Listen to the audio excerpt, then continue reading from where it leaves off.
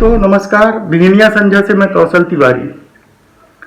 राजनीति जो करा दे कम है, और जब सवाल अस्तित्व बचाने का हो या छवि चमकाने का हो तो राजनीति इतनी नौटंकी हो जाती है कि नेताओं को यह भी ध्यान नहीं रहता कि आखिर वो क्या कर रहे हैं।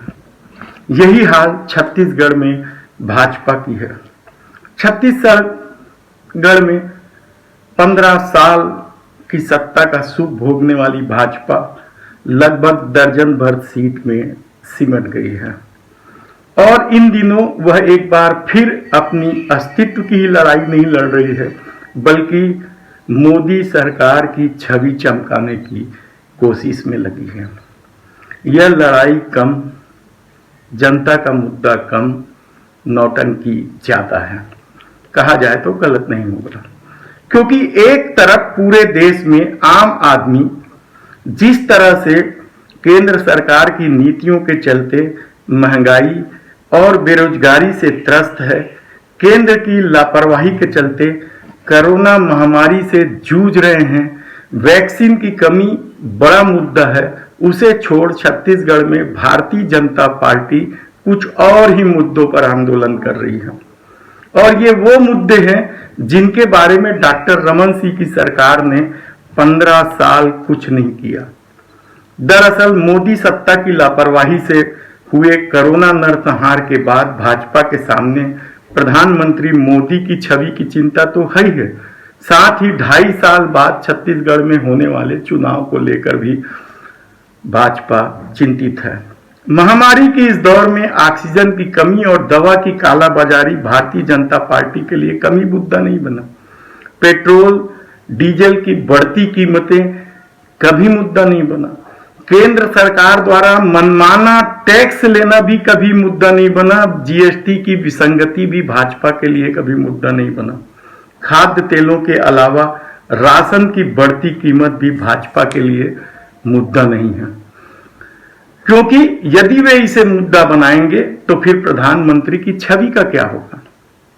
हैरानी की बात तो यह है कि 15 साल सत्ता में रहने के दौरान जिन पर शराब की नदियां बहाने दारू वाले बाबा की तोहमत लगी है, वो अब इस मुद्दे को लेकर सड़क की लड़ाई लड़ रहे हैं।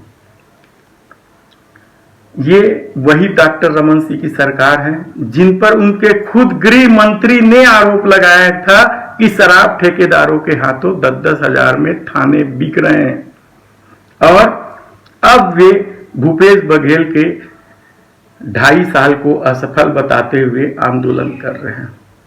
यह सच है कि भूपेश सरकार ने बेरोजगारी के मुद्दे पर और शराबबंदी के मुद्दे पर जो वादा किया था उसकी तरफ ध्यान ही नहीं दे रहे हैं।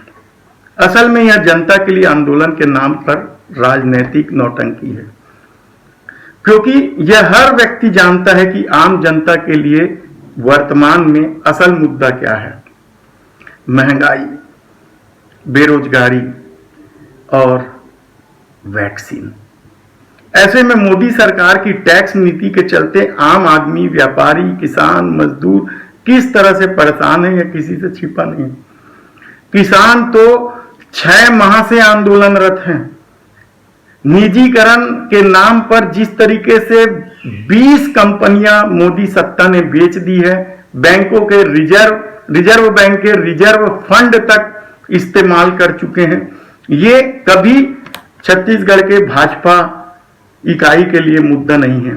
एक तरफ छत्तीसगढ़ भाजपा अपने अस्तित्व बचाने में लगी है, तो दूसरी तरफ देश की सत्ता अपनी छवि चमकाने, विरोध के स्वर को दबाने की कोशिश कर रही है। हर सत्ता में असहमति के स्वर उठते हैं। मुद्दों को लेकर विवाद हो सकता है, लेकिन भाजपा सरकार चलाने या महंगाई कम करने, इस पर ध्यान देने की बजाय इस विरोध के स्वर को दबाने में लगी है।